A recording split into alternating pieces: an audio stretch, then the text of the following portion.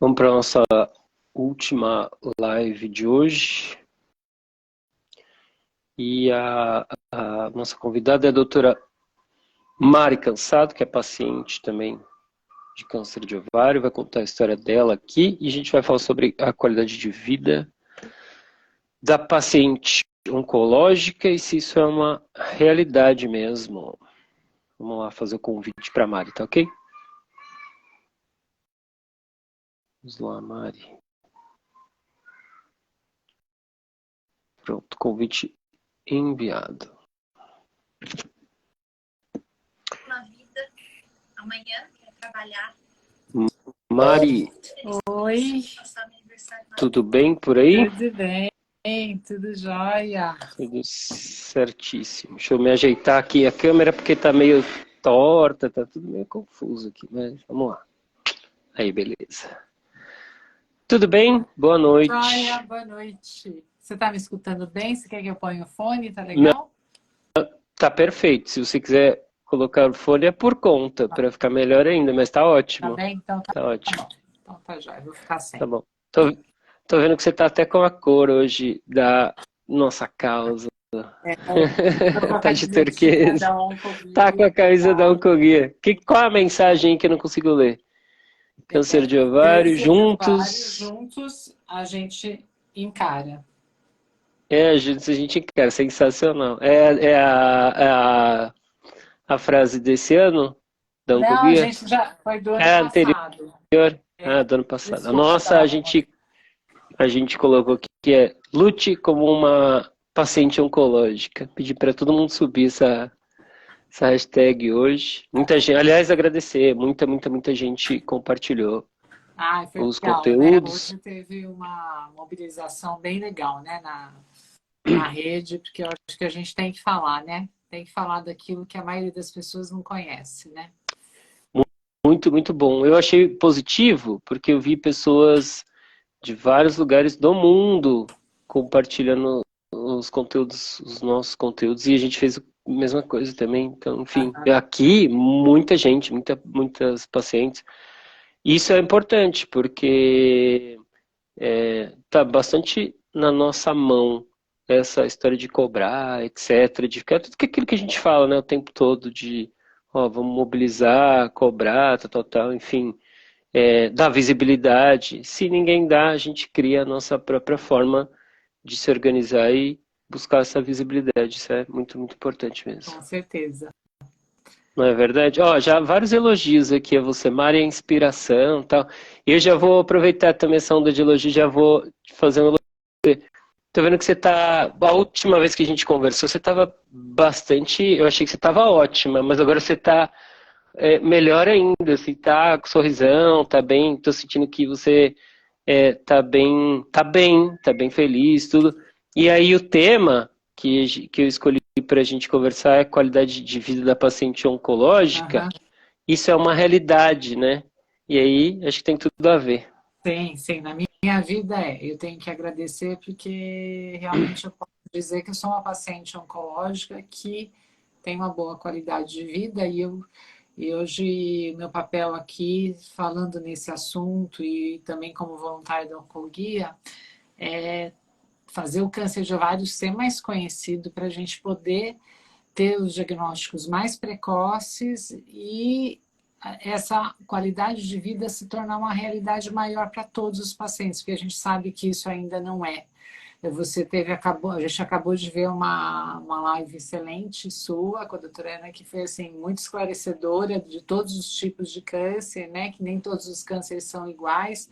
Acho que isso é muito legal a gente falar. Então, muitas vezes as pessoas se comparam, né? Então, eu acredito que às vezes tem pessoas que vão estar aqui assistindo minha live, vão ver, nossa, mas ela é paciente de câncer de ovário e a minha mãe faleceu, ou minha história é diferente, conheço uma pessoa que não está tão bem quanto ela, porque as histórias, os tumores são diferentes, as histórias são diferentes e a possibilidade, cada um tem um diagnóstico numa etapa de vida e cada um tem um tratamento diferente, cada um encara o câncer de uma maneira diferente também. Acho que tudo isso contribui para a qualidade de vida de cada um. Então, a gente é um misto de tudo isso, né? Do que a gente era antes do câncer, do nosso diagnóstico, do nosso tratamento e como a gente leva a nossa vida, né? Acho que é tudo meio... É uma somatória. Uma somatória, Mari. E eu vou pedir, meio que de praxe, mas eu vou pedir para você se apresentar, caso alguém não conheça você, porque acho que todo mundo te conhece, mas enfim, fica registrado aqui. Se apresente, Tá, e, enfim, sua história, e você pode contar um pouquinho da sua história, e aí depois tá, eu vou fazer umas perguntas, as pessoas também podem acrescentando aí com perguntas e tudo mais, tá. por Bom, favor. eu sou a Mari Cansado, eu vou fazer 55 anos esse mês, dia 21 de maio, meu aniversário, dia de comemorar a vida.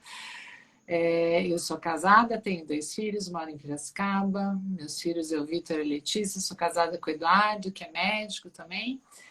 E a minha história, eu sou médica, sou endocrinologista, e a minha história começou, minha história na vida, né, na parte oncológica começou há 7 anos atrás. Em 2016 eu recebi o diagnóstico de um câncer de ovário, um carcinoma seroso de alto grau, né, um dos tumores mais frequentes, né, um tumor epitelial, já no estádio bem avançado, né, então se a gente vê a classificação do câncer de ovário, a gente tem de 1 até 4, até o 4º grau, eu já estava no 4º grau, no último estadio. Eu fiz um início de um tratamento, inicialmente eu fui para cirurgia e quimioterapia EV, tive uma boa resposta, fiquei 1 ano sem doença, mas infelizmente 1 ano depois a doença retornou, e aí eu fui submetida a um outro protocolo de quimioterapia, como a doutora Ana falou, com platina novamente, né, com carboplatina. Dessa vez a resposta foi parcial, e em sendo uma paciente mutada, né? Então, quando eu recebi meu diagnóstico de câncer, eu também acabei descobrindo que eu tinha uma mutação no BRCA2. E aí, quando eu tive a recidiva do tumor, foi indicado o uso de uma nova terapia, de uma terapia-alvo, né? O olaparib, que eu faço uso já há 5 anos, tá? Nos 2 primeiros anos eu fiz uso daquela enorme quantidade de medicação, tomava 16 cápsulas por dia, e há 3 anos eu faço uso apenas de 4 comprimidos por dia, 2 comprimidos de 12 em 12 horas.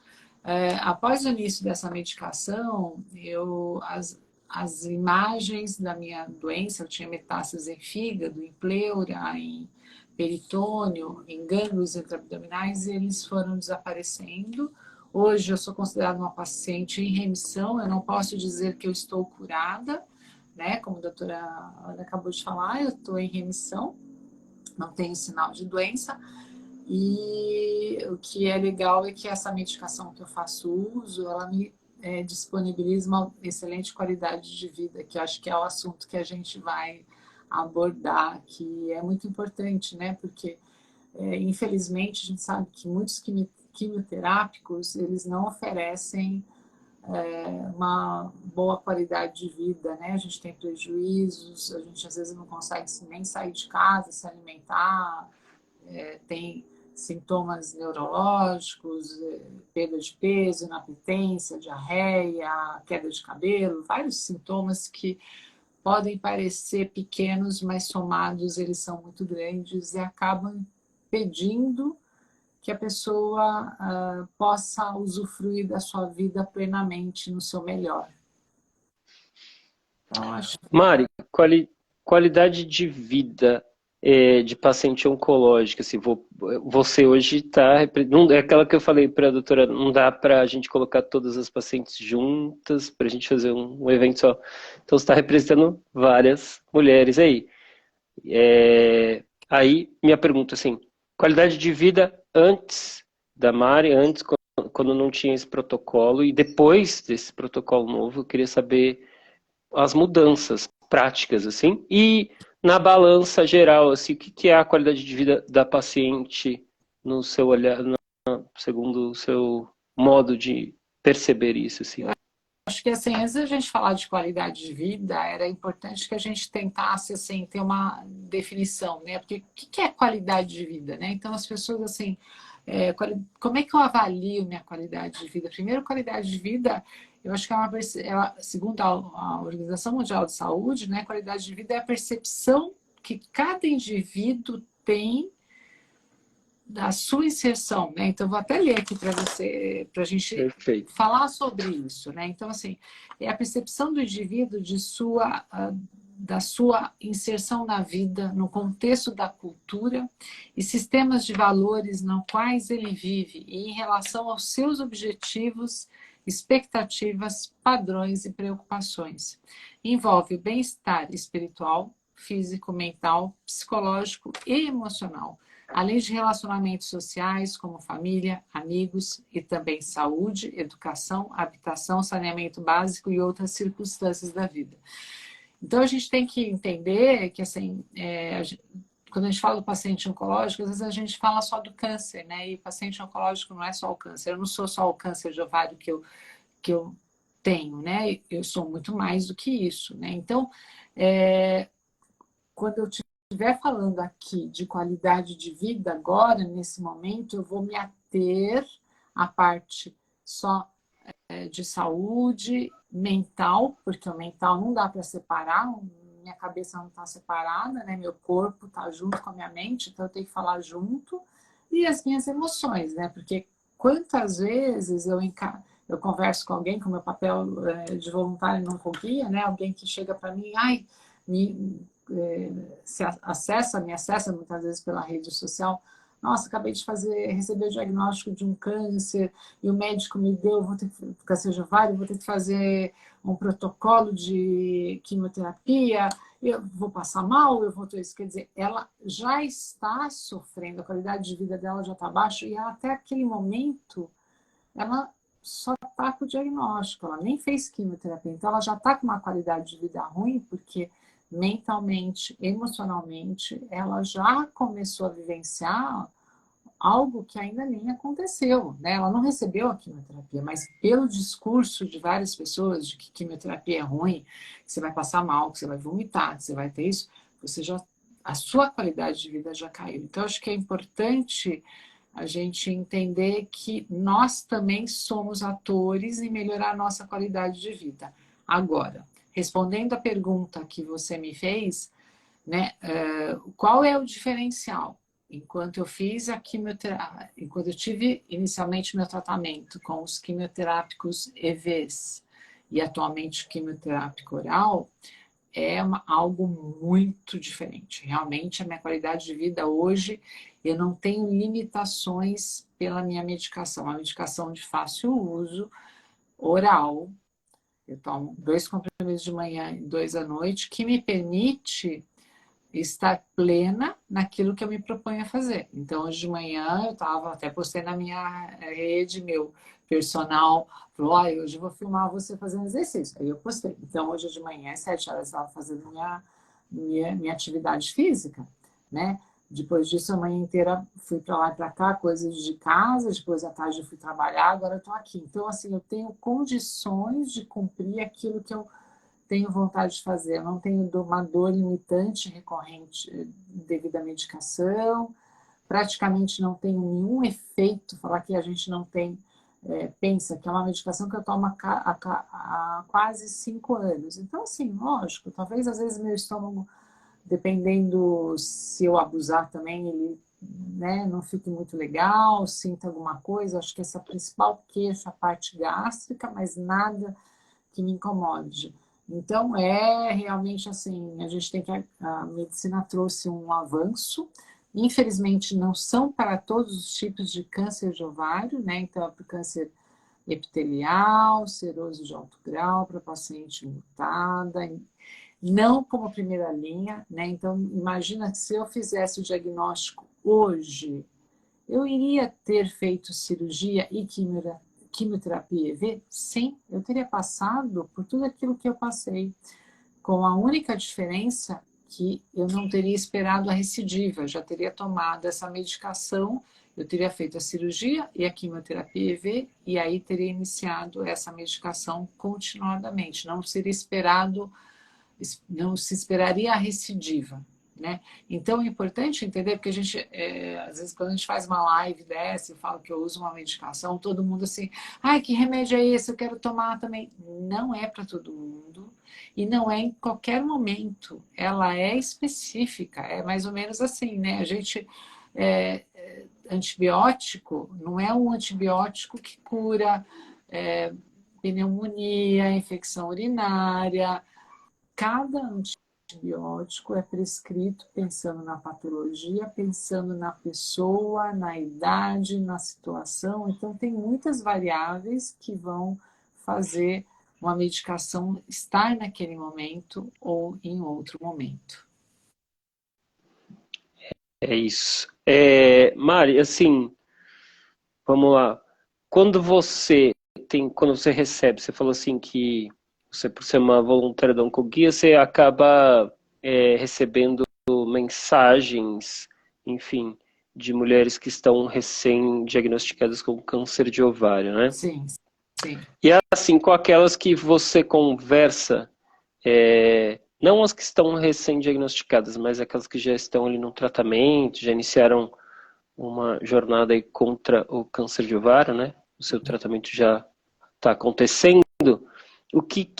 Qual é digamos assim, quais são as necessidades nesse aspecto de qualidade de vida que você percebe que são mais latentes, assim, aquele tipo de necessidade que é mais Aflora, expressiva que ali? aflora. Isso, mais aflora, perfeito. E eu acho que assim, a primeira coisa, eu acho que eu vi que tem vários pacientes com câncer de ovário aí nos ouvindo, várias não, mas algumas eu acho que eu já reconheci. Eu acho que primeiro é a sensação de culpa que a gente tem, né? Então, acolher a nossa culpa, né? Porque como é um câncer silencioso, às vezes os sintomas são muito inespecíficos, então a má digestão. Quem com má digestão vai pensar que tem um câncer de ovário? Né? Um abdômen um pouco mais inchado, um cansaço, uma indisposição. Então, isso me perseguiu também por um tempo, então aquela sensação, eu deveria ter ido ao médico antes, eu deveria ter insistido, eu fui ao médico e ele não encontrou nada e eu voltei para casa e aceitei isso, apesar de não estar no meu melhor. Então, eu acho que essa é uma coisa que incomoda a todas nós, né? Então, a gente tem que saber lidar com isso. Outra coisa que eu percebo que atrapalha muito a qualidade de vida das mulheres que têm câncer de ovário é a parte hormonal, né? Porque nós temos um câncer nos ovários. E aí esse ovário é retirado cirurgicamente. Então você deixa de produzir seus hormônios sexuais e aí você tem, além do diagnóstico do câncer de ovário, além do tratamento que você está sendo submetida com todos os efeitos colaterais, você ainda vai ter que encarar uma menopausa. Se você não estava na menopausa, a gente sabe que muitas mulheres já diagnosticam câncer de ovário após o período da menopausa, mas outras não. E aí você tem que lidar com isso. E, infelizmente, o que a gente escuta dos médicos muitas vezes é assim, não, mas você tem que estar... você chega com a queixa, né? Olha, eu não estou bem, eu estou tendo calores, eu não estou dormindo bem à noite, meu raciocínio não está muito legal, porque a gente sabe o quanto o hormônio feminino é importante para o raciocínio, para o humor, para dormir bem, para vários fatores. E aí o médico fala, olha, mas você tem que agradecer que você está viva. A menopausa passa a ser, não é nada. E não é isso, né? Porque a menopausa interfere muito na qualidade de vida, né? Então, acho que esse é uma queixa das pacientes que estão em tratamento, que muitas vezes elas têm negligenciado as necessidades da paciente. O médico olha só para o câncer. Não, seu câncer está controlado, a sua medicação está efetiva, você está em remissão, você está curada. Mas e o resto? E o resto? Né? E o que foi? O que ficou? Então, as minhas mutilações, as minhas cicatrizes, muitas, infelizmente, são submetidas a cirurgias que ainda são muito agressivas, muito mutilantes e têm sequelas, e isso não é falado. Então, acho que tudo isso pode interferir com a qualidade de vida e é algo que a gente, às vezes, acaba conversando entre nós. Né? Olha, eu tô assim, o que você faz para melhorar isso? Acho que isso são os assuntos que acontecem entre nós, muitas vezes. Nos grupos, né?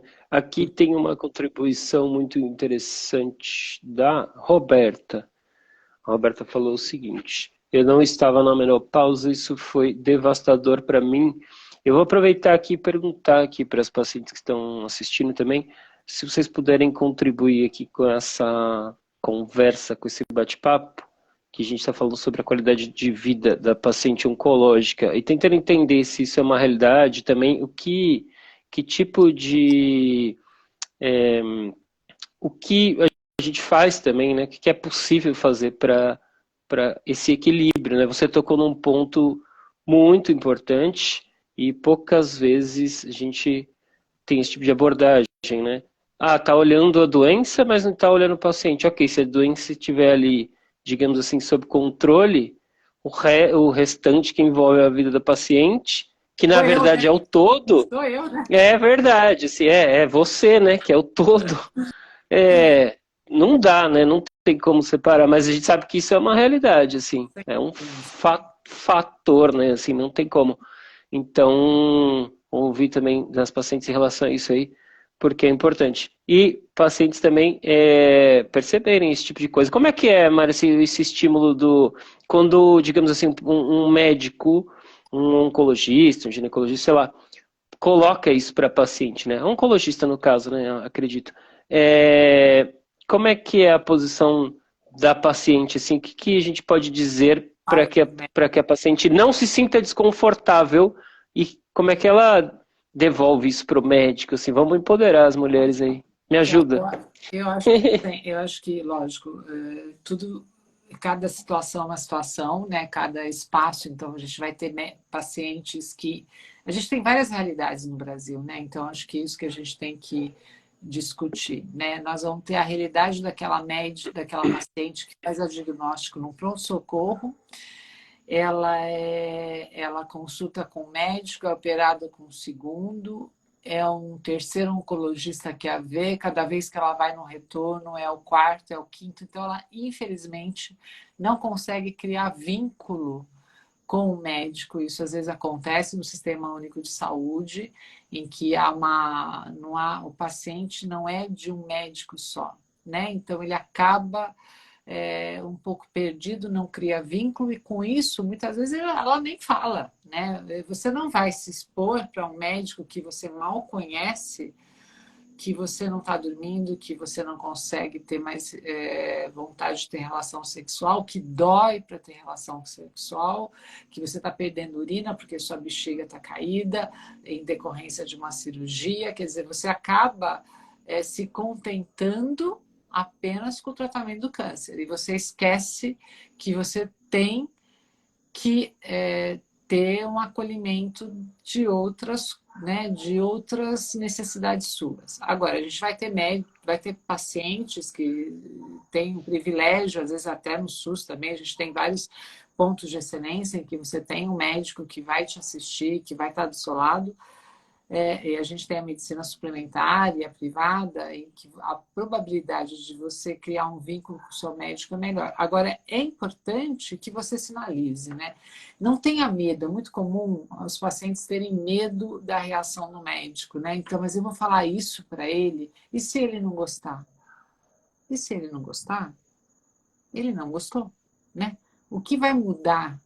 Pelo menos você falou. Se ele não for aberto, você vai questionar uma segunda vez e na terceira vez você pode tentar procurar um outro profissional, Mas é importante que a gente fale das nossas dores, é importante que você comunique a ele da sua maneira aquilo que mais está te incomodando, mas é importante que a gente abra esse bate-papo, porque, infelizmente, o oncologista, e ele está certo, ele está preocupado em te curar. Ele tem qual é o objetivo naquele momento? Ele quer te oferecer o melhor tratamento que ele tem disponível e ele quer te curar. E nessas horas ele acaba esquecendo de como abordar, como te ajudar a melhorar na qualidade de vida, né? Então, acho que o que você tem que fazer é falar, insistir, é conversar, é ser paciente, que a gente chama de paciente ativo e responsável, né? No Oncologia, a gente tenta ensinar os pacientes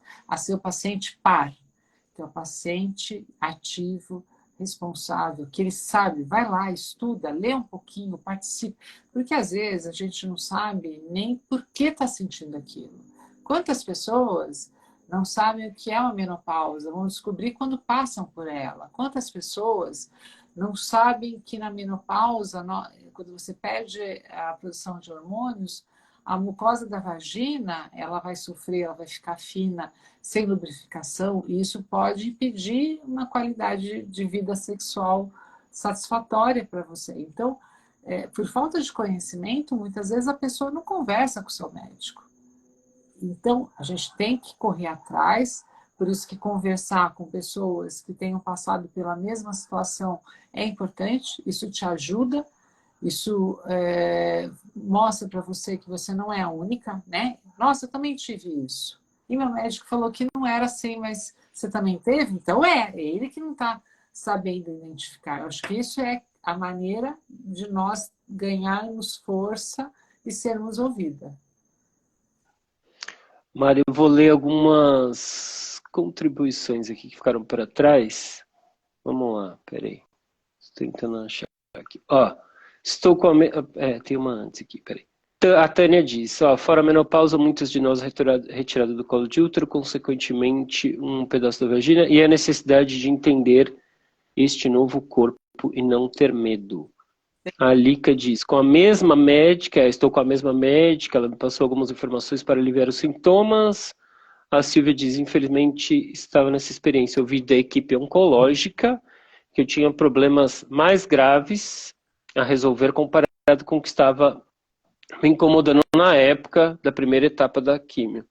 Não era menopausa, né? Então, aí, só reforçou essa mensagem que você acabou de oferecer aqui. E é isso, assim, né? Não dá, o médico precisa realmente... É um trabalho, você usou uma palavra assim, né? Par, né? Que vocês usam, né? Parceiro. Me fugiu aqui, mas ativo e desculpa, responsável, né? Então, paciente ativo e responsável. É isso, assim, para a gente fixar, né? Essa ideia. Tem essa responsabilidade e o par, acho que vem até disso, né? Também é um par mesmo, né? Então tem que andar ali em conjunto e tudo mais. E é isso, tem que ter esse diálogo, né? Não dá para ignorar. Então, essa é uma informação importante. Agora, outra, que é muito bom, né? Ouvir isso. Bom, você está nos dois lugares, né? Um lugar de uma profissional da área da saúde, uma médica, lugar de paciente também, né? Então, exatamente. Então, a gente fica até feliz por esse esclarecimento vindo de quem está nesses dois lugares aí, eu acho que com muita propriedade. essa visão, porque eu troco de espaços, né? Exato. Uma hora eu estou de um lado e outra hora eu estou de outro lado. E lógico, né? A gente tem que entender também o médico. Ninguém vai acertar sempre, né? E às vezes aquele seu médico, naquele momento, deixou de passar alguma coisa. Por isso que a gente precisa sinalizar, porque às vezes ele acha que está mais importante para você, talvez eu estou tendo náuseas, enjoo, então ele acha que está muito preocupado com a sua náusea e com o enjoo, e de repente o que está te incomodando é porque está com um formigamento nas pernas. Então você tem que dizer para o médico, olha, a náusea até estou tolerando, tomo um remédio, vai bem, mas tá me incomodando o formigamento nas pernas, está me incomodando a tontura, a labirintite que eu estou tendo em decorrência da química. Quer dizer, a gente precisa sinalizar, porque cada paciente vai ter, vão ter sintomas diferentes e cada um sente ou se incomoda mais com determinado sintoma, né? Não é todo mundo sente igual, né? Nós não somos iguais, né? E tem aquilo que me afeta mais do que outro sintoma, né? Então, isso é muito importante, a sinalização. A gente tem que conversar sempre. Mari, hoje você... Bom, você contou que acordei, enfim, fez Só fechar aqui um que tá trabalho... cheio. Claro, acontece muito aqui, viu, Mari? Meus cachorros estão... Acontece muito, muito, muito. O meu tá pra lá, assim, você não aparece já já. Faz parte. E aí, assim, você contou assim, bom, você começou o dia fazendo... com trabalho físico, personal, etc. Como é que tá hoje a sua qualidade de vida? Você realmente, há 7 anos aí, desde quando você começou essa etapa, assim, de tratamento e tudo mais, Uhum. você pensou em algum momento assim, agora eu realmente vou ficar uma pessoa limitada, lá no princípio de tudo isso, assim, e hoje você olha Então, com de uma forma diferente para isso, assim, agora então, sou outro. eu acho que se eu falar que nunca eu tive nenhum pensamento de que eu jamais voltaria a ser o que eu era antes, mentira. E realmente não voltei, né? Eu não sou mais aquela Mari de 2016, né? Então, eu sou a Mari que teve todo esse diagnóstico, esse tratamento, que teve as dores e os amores também, porque assim, a gente aprende muita coisa e a gente melhora também, não é só coisa ruim, né? Então, tudo na vida tem os dois lados. Eu não estou romantizando, né? Não é bom ter câncer, não é. Principalmente quando a gente não tem acesso a um tratamento rápido, ideal, da maneira que nós gostaríamos. Mas eu acho que depende muito de como a gente lida. Então, quando você fala assim para mim de qualidade de vida, eu acho que a qualidade de vida também depende muito do quanto você cuida da sua qualidade de vida, né? Então, se a gente pensar numa pessoa que não tem câncer, quantas pessoas que estão saudáveis e referem que não têm uma boa qualidade de vida? Por quê? Essa pessoa não cuida da sua alimentação, ela não faz exercícios, ela não zela para uma boa noite de sono, ela tem maus hábitos, então ela fuma, ela bebe, ela anda sempre estressada, ela não sabe, ela não tem uma hora, não tem um hobby, ela não se dá o prazer de pegar um livro que ela gosta de ler. Então, acho que a qualidade de vida também depende muito do que você faz com aquilo que você tem naquele momento. Então, eu acho que foi muito importante para mim, como médica, entender que eu tinha uma doença, tenho uma doença, né? Sou uma paciente com câncer de ovário em remissão, em tratamento, mas não basta eu tomar só remédio e achar que é o remédio que vai me dar qualidade de vida, né? Eu tenho que cuidar das minhas emoções, eu tenho que fazer exercício, né? Então, eu acho que, assim, essa é uma bandeira que eu defendo, assim, para ter qualidade de vida antes, durante e após o câncer, pratique exercício. Não espere ter seu câncer para começar a fazer exercício. O exercício é sabidamente uma das intervenções que diminui o risco de câncer, de qualquer tipo de câncer, tá? Me fale um tipo de câncer, eu te falo, diminui o risco. O câncer melhora a sua resposta à quimioterapia. Eu pratiquei atividade física durante meu primeiro ciclo de quimioterapia, após, durante a recidiva e pratico até hoje. Lógico, talvez hoje, porque eu também já estou 7 anos mais velha, eu não tenha mais a capacidade de fazer o que eu fazia antes, né? Então, existem adaptações pelo câncer e por outras coisas também. Há uma dor no joelho, uma dor articular, que talvez eu fosse ter mesmo sem ter o câncer. Como é que eu vou saber se essa dor no joelho foi só em decorrência ao câncer ou ela veio porque eu ia ter e hoje eu estou mais velha? Cada dia nós estamos ficando mais velhos. Então, eu acho que assim, eu acho que é muito importante que o paciente, né, ele tenha essa percepção que ele pode fazer a sua vida, a sua qualidade de vida melhorar. Como? Procurando ter uma boa alimentação, né? Então, assim, sem dietas restritivas, né? Fazer uma dieta aí equilibrada. Eu acho que a dieta mediterrânea é uma dieta simples, muito difundida, gostosa, né? Fácil. Fazer exercício, trabalhar, sim, ter um propósito, né? Se sentir útil, fazer alguma coisa, ter um hobby, curtir, sair com os amigos. Acho que os amigos e a família são as pessoas, são né, aquilo que nos motiva para acordar de manhã, né? Todo mundo acorda de manhã e fala, nossa, vou ver meu filho, vou ver meu marido, minha namorada, minha mãe, meu pai, eu vou sair com meus amigos, sexta-feira, que legal, happy hour, eu vou encontrar meus amigos. Acho que isso, né? Isso é que é a qualidade de vida.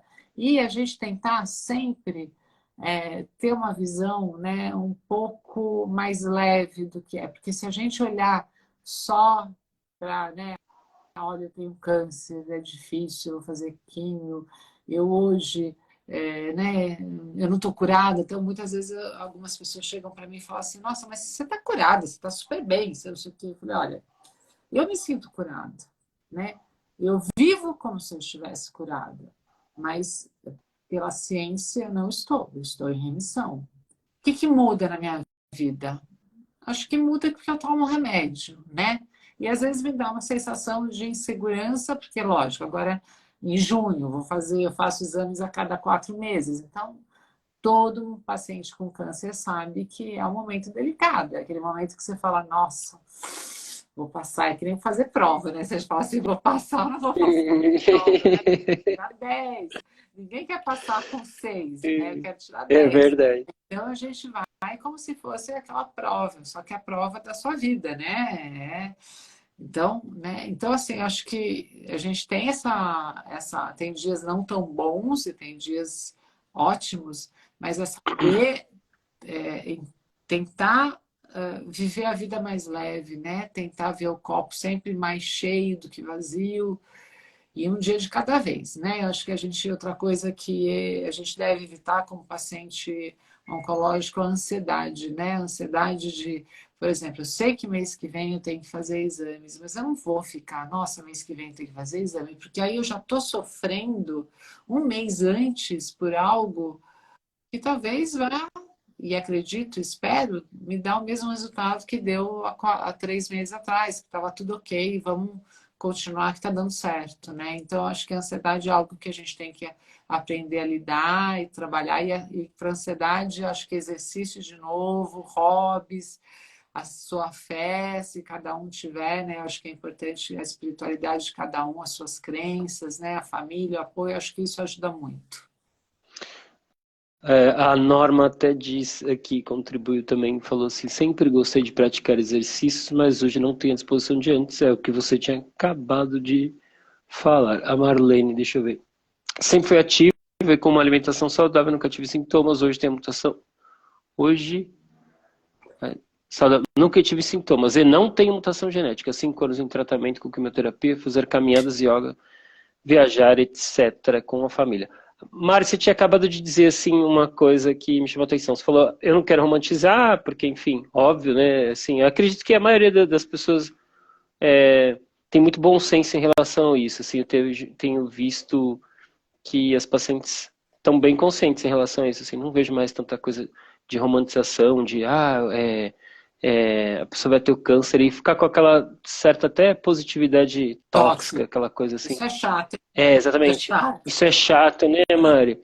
E, e daí, assim, você contou um ponto aqui, você disse assim, bom, mas teve descobertas, você até usou uma palavra assim, teve amores nisso, nesse tipo de coisa, né? Então, provavelmente coisas que você descobriu de si nesse meio tempo aí. O que para você foi esse lado positivo, assim, que, vou usar o que você falou lá atrás, aflorou também, né? Eu acho que o lado mais positivo, assim, é saber o quanto a gente tem pessoas do nosso lado que nos amam. E a gente não tem ideia do amor que as pessoas têm por nós, né? Então, assim, família, amigos, pessoas distantes. Então, assim, você está doente, você vê aquela corrente de energia boa, de orações, né? Eu acho que isso não tem valor. Eu acho que isso, para mim, foi o mais importante. Então, se eu tivesse que numerar, número um, eu acho que é esse, é saber o poder que o amor, que as energias, e às vezes pessoas que você não conhece. Por exemplo, eu vou contar uma história. Eu tive câncer e tal, né? Passei, né? Ainda convivo com ele até hoje, mas assim, recebi o diagnóstico e tal, tratei. Aí quando eu terminei do o segundo esquema de quimioterapia EV, que eu estava bem, que eu fiquei bem, ganhei peso novamente, estava tudo bem. De repente eu conheci uma pessoa, me apresentaram uma pessoa e ela olhou para mim e falou assim: "Você é a Mari Cansado?" Eu falei: "Sim." Você não sabe o quanto eu rezei por você. E essa pessoa não me conhecia, né? Ela falou assim: "Nossa, como estou feliz de te ver."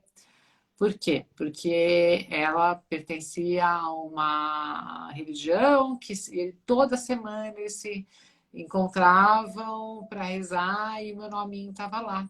E aí contaram a história, uma pessoa que me conhece levou, e essa corrente de orações, essa corrente de amor, seja a fé que essa pessoa pratique, e mesmo que ela não tenha uma fé com nome e sobrenome, né, com se sou espírita, ou sou católica, ou sou adventista, ou sou evangélica, não interessa.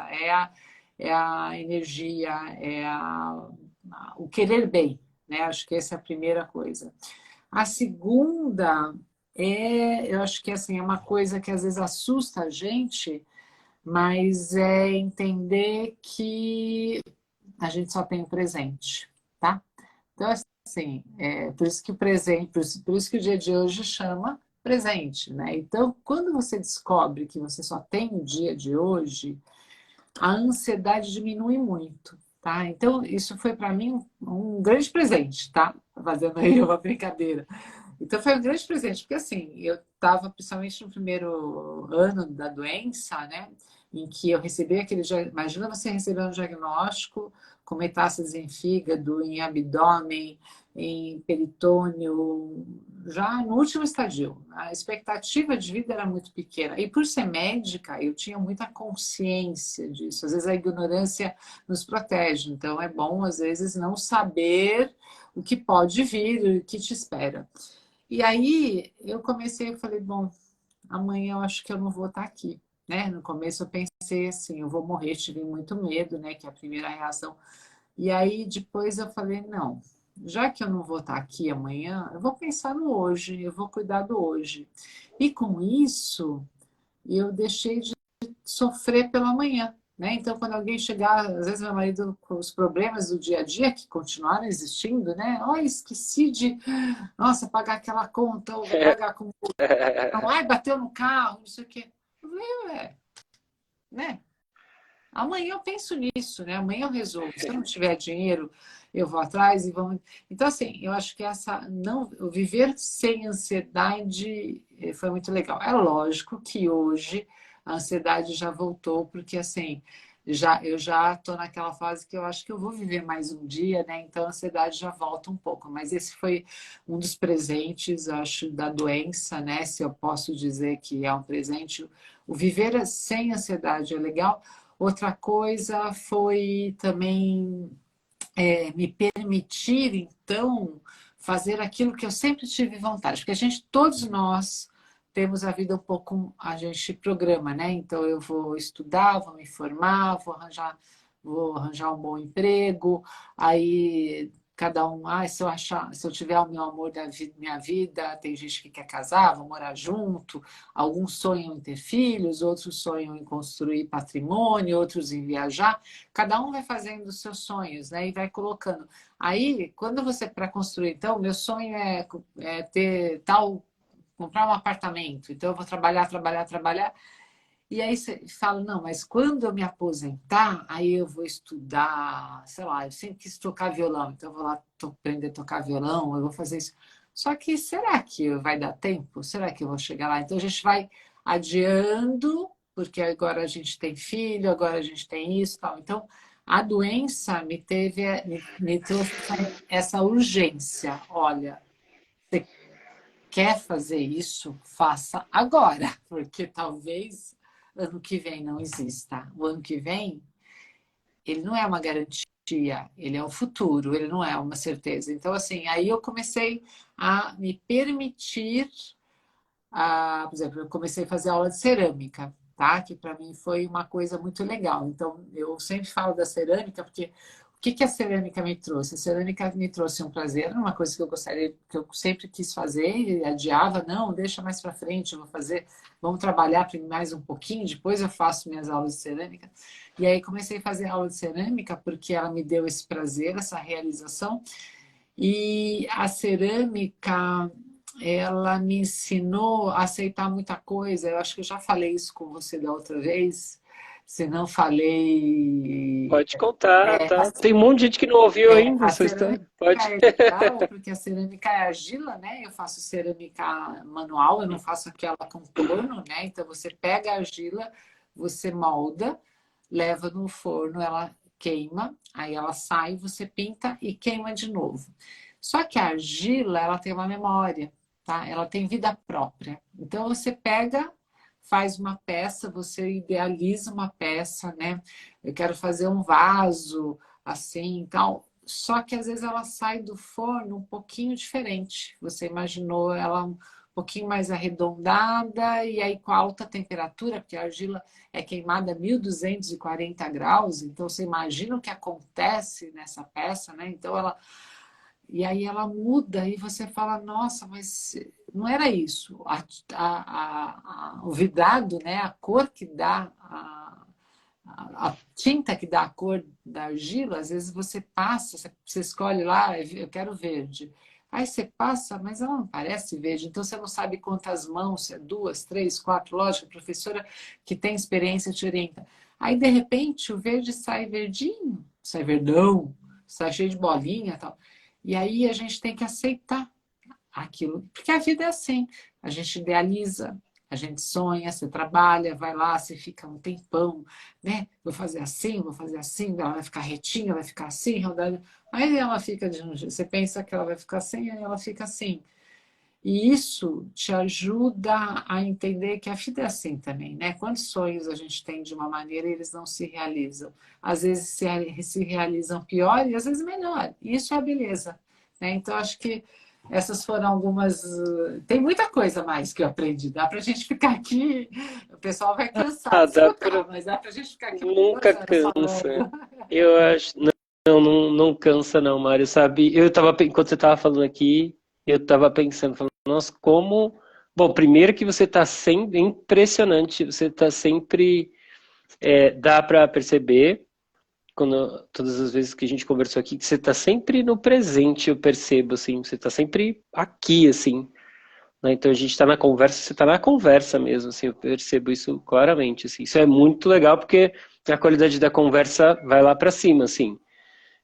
Segundo, que você está sempre inspirada, né? Assim, eu acho que essa coisa de você viver dessa maneira que você é, se moldou a viver, assim, acho que traz uma coisa incrível, assim.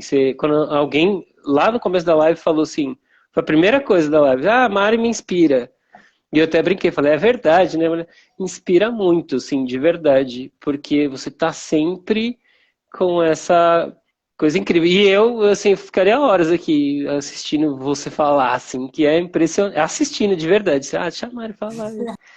Horas. Obrigada, obrigada. Obrigada pelo seu. Maravilhoso. Eu acho que assim, eu acho que eu volto a falar, eu não quero fazer a romantização, né? Porque assim, a gente falou da positividade tóxica, né? Eu já vi, infelizmente, algumas pessoas que na mídia tentando minimizar, né, e romantizar às vezes o câncer. E às vezes é delicado porque muitas vezes uma pessoa que está me escutando e está naquele dia ruim, né? Como eu já tive dias que eu não queria sair do quarto, dias que eu não queria ver ninguém, dias que eu queria realmente que ninguém né, eu não queria comer, não queria sair, não queria fazer nada. A gente não quer fazer nada e não é fácil. Só quem passa por isso sabe que é isso. E se naquele dia você pega e, lógico, o celular hoje está do nosso lado o tempo inteiro, quem não está conectado, né? A maioria de nós está. E nesses momentos que a gente não está bem, às vezes o celular é uma distração, né? Então você vai e abre, e aí você vê aquela pessoa que está sempre bem, que é aquela coisa, está com câncer também. Então, imagina eu naquele dia morrendo, querendo, né, não existir, porque tem momento que a gente nem quer existir, de tão ruim que a gente está, e aí você vê uma pessoa, não, porque eu consigo, eu acabei de fazer químio, estou aqui levantando 300 quilos. Gente, isso não existe, tá? Cada um vai ter, né, a sua dificuldade. É que às vezes as pessoas não mostram, né? Então, eu estou hoje num dia muito bom, numa fase muito boa da minha vida, né? Tem dificuldades, como todo paciente oncológico tem, gente, não é fácil, mas também como todas as pessoas que não são pacientes oncológicos, né? A gente, quantas doenças que não são câncer, né? Eu sou médica, eu sei disso. Quantos pacientes que sentam no meu consultório e têm doenças crônicas que são tão difíceis quanto um diagnóstico de um câncer, dependendo do câncer, né? Porque hoje o câncer, ele se a gente conseguir, né, e acho que essa luta de todo paciente com câncer é fazer com que o câncer seja precocemente diagnosticado, que a gente tenha políticas públicas que façam com que o paciente seja tratado com mais igualdade no sistema público de saúde, como ele é no sistema suplementar, que o acesso às medicações, né, que tudo seja melhor.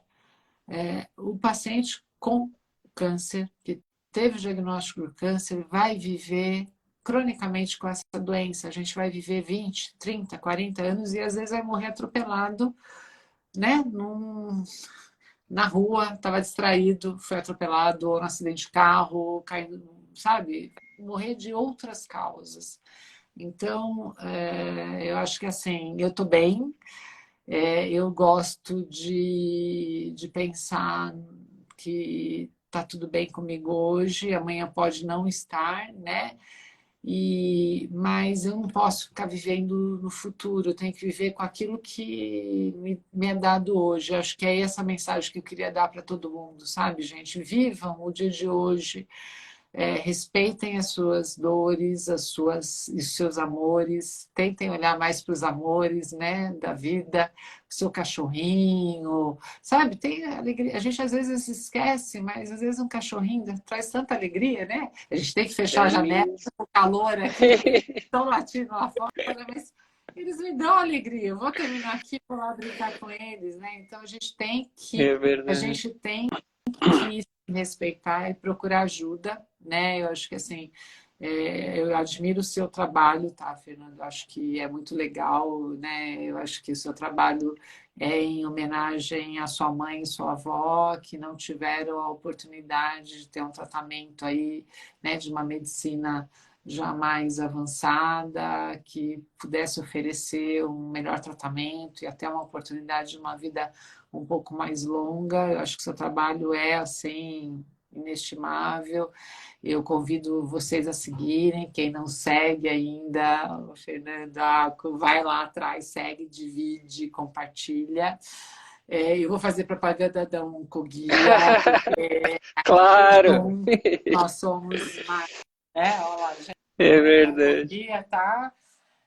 A gente lá, a gente se escuta, tem as rodas de conversa toda quinta-feira. Quem não conhece, é gratuito. Estou fazendo uma Claro, propaganda do fica à vontade. trabalho, mas é assim, na verdade, nós, pacientes oncológicas, assim, a gente precisa do nosso clubinho. Isso é uma coisa interessante. Você sabia disso, né? Você já reparou que quando a gente vai numa festa, que a gente não conhece muita gente, a gente vai tentando chegar perto dos nossos semelhantes, né? Daqueles que gostam, né? Quem gosta de rock anda com quem gosta de rock, quem gosta de samba vai, né, na roda de samba. A gente vai procurando as similaridades, né? A gente se atrai mais pelas semelhanças do que pelas diferenças, né? Então, o papel, né, da ACO, o papel da Oncoguia é aproximar as pessoas que têm as mesmas dores, né, para que a nossa voz se torne mais forte, a gente possa cobrar, né? Então, assim, acho que uma coisa que a gente tem que fazer hoje, quando você estava na live de políticas públicas, eu acho que, assim, a coisa que a gente tem que lutar é para a implementação da lei dos 60 dias, que eu acho que ninguém sabe, né? Isso é muito importante, esse é o primeiro passo.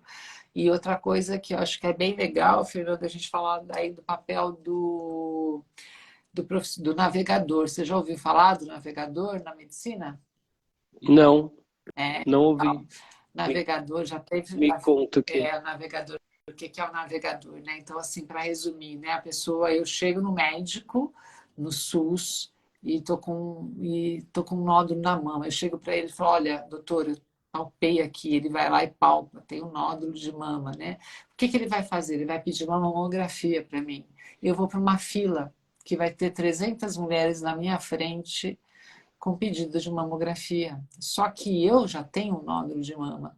Qual é o papel do navegador? Esse navegador, ele estaria ali depois do atendimento médico, o médico tem ele preenche um papel que é só assim, tem nódulo, não tem, tem isso, tem urgência. Então, eu passaria na fila na frente, entendeu? Em vez de eu esperar a minha vez para mamografia, não, essa paciente já tem um nódulo, então ela vai, faz a mamografia, ela passa na frente das outras pacientes, faz a mamografia e dali ela tem um outro navegador. Bom, fez a mamografia, tem, agora vai fazer biópsia. Então ela não vai para o final da fila de todas as biópsias, não. O caso dela é mais grave, é maior. Isso aqui. Então o navegador é profissional que tem que estar. E hoje em hospitais já de ponta já tem esse profissional navegador, ele facilita, né, o acesso do paciente no processo de triagem, diagnóstico e condução do tratamento. Porque até você vai no seu convênio, o médico chega para você, ó, você está com câncer, ó, você tem que fazer isso, isso, isso, isso. Você sai de lá tão atordoado, desesperado, aí você chega, mas é o cardiologista para fazer avaliação pré-operatória só tem consulta para daqui a 3 meses. Só que você vai para casa e fica esperando. Só que seu câncer não está esperando, você entendeu? Então, isso é uma coisa para um dia você chamar alguém que entenda sobre Perfeito. isso para você estar falando, porque esse é um caminho no SUS, na medicina suplementar, para a gente agilizar o atendimento, dar prioridade para quem precisa e implementar a lei de 60 dias, que qualquer paciente que recebe diagnóstico na medicina pública ou privada, ela tem que iniciar o seu tratamento em até 60 dias. Tá certo? Mari, assim, navegador, né? Vou dizer assim, não tinha ouvido falar realmente deste profissional Ele que pode desempenha ser, esse papel, que pode ser um enfermeiro, é pode ser um importante, assistente é muito, social. muito Uhum. importante. Vou dizer assim que sem saber, estando do outro lado, acho que de alguma forma, intuitivamente fiz isso, né? Vou contar essa história aqui rapidinho. Quando minha mãe ficou diagnosticada lá em 2014, aí eu levei ela no Pérola Byton, Pérola Byton não atendeu, aí levei na Santa Casa de São Paulo, aí conseguiu atendimento, aí o Pérola Byton marcou consulta para 60 dias, aí eu fui no ICESP, o ICESP não atendia, aí fui na C Camargo, que falei, não, vai ter um atendimento público aqui, que tem tinha uma cota, não sei se ainda existe. Enfim, levei todas as possibilidades ali. Aí a gente chegou, opa, tem 2 possibilidades. Aí ela fez as 2 consultas em locais diferentes, Santa Casa e Pérola. Aí acabou optando por lá, né? Então, aí também teve um outro processo lá dentro, enfim, com um médico, enfim, a gente tomou um outro rumo aí, mas a gente acabou fazendo, né, sem saber esse tipo de coisa, assim, obviamente, né, na sua devida proporção, porque é o nosso lado, não fomos nós que escolhemos ali, mas acelerou, acabou esse processo todo, foi uma peregrinação, acabou acelerando o fato de que a altíssima prioridade dela também colocou ela nesse lugar Então, de mas realmente de prioridade, né? E é isso, assim, as pacientes... E tem a lei, né, dos 60 dias, que é importantíssima, e hoje a gente estava conversando com a vereadora, enfim, tenho conversado lá com pessoas na Câmara Municipal, para que isso realmente, né, não basta a lei também, não, né? A tem que lei ser não significa que a executado, né? coisa vai acontecer, né? E aí precisa ter esse outro lado que é cobrança, fiscalização, enfim, Não, ter toda uma seriedade no processo. a gente tem que saber, tem que divulgar para que você possa cobrar, É, perfeito. porque as pessoas Cobrar é isso aí. porque se É, você não sabe que tem a lei, como é que você vai cobrar? Você não exato. sabe que você tem direito, você vai atrás do É. direito, né? Então, eu acho que é importante e é o nosso papel de estar falando aqui para ajudar as pessoas a correrem atrás dos seus direitos. Tá bom. Mari, você já viu aquele meme? Aham. Você já viu aquele meme? Agora, para acabar, É. tá? Aqui tem um meme assim que eu acho muito incrível. A pessoa tá sentada tomando um café, o problema dela tá chegando, ela senta aqui pra gente tomar um café. Você já viu isso? Não, não, esse não, esse não. Não, viu? É um meme, assim, é a pessoa e o problema. Ela tá acordando, tá tomando um café da manhã, com o problema dela. Aí tem um nome específico, X. Mas é um meme, né? Depois eu te mando isso. Aí quando você tava falando aqui, enfim, contando essas histórias, eu pensei isso, né? Assim, a qualidade de vida tá muito nesse posicionamento, Sim. nessa construção, né? Que o paciente coloca Eu ali. acho que a gente pode, a qualidade de vida depende muito de nós, né? A gente tem que ser mais ativo nas nossas escolhas, no que a gente come, no que a gente bebe e no que a gente escuta, né? O que a gente põe para dentro também, né? Então, selecionar o que a gente quer escutar e o que a gente quer se preocupar é importante também, né?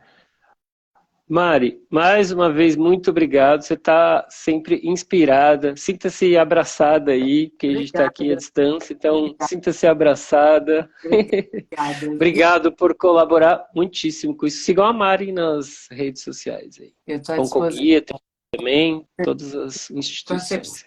precisar de mim, eu Mari, estou aí de parceiro, tá sempre, com bom? certeza, Mari. E Muito obrigada obrigado por mais me uma vez. chamar nesse dia tão especial para mim, tá bom? Obrigada, viu? Um beijo, beijo, Beijo, Mari. beijo, Tchau. Beijo a obrigada. todos. Beijo a todos. Tchau, tchau.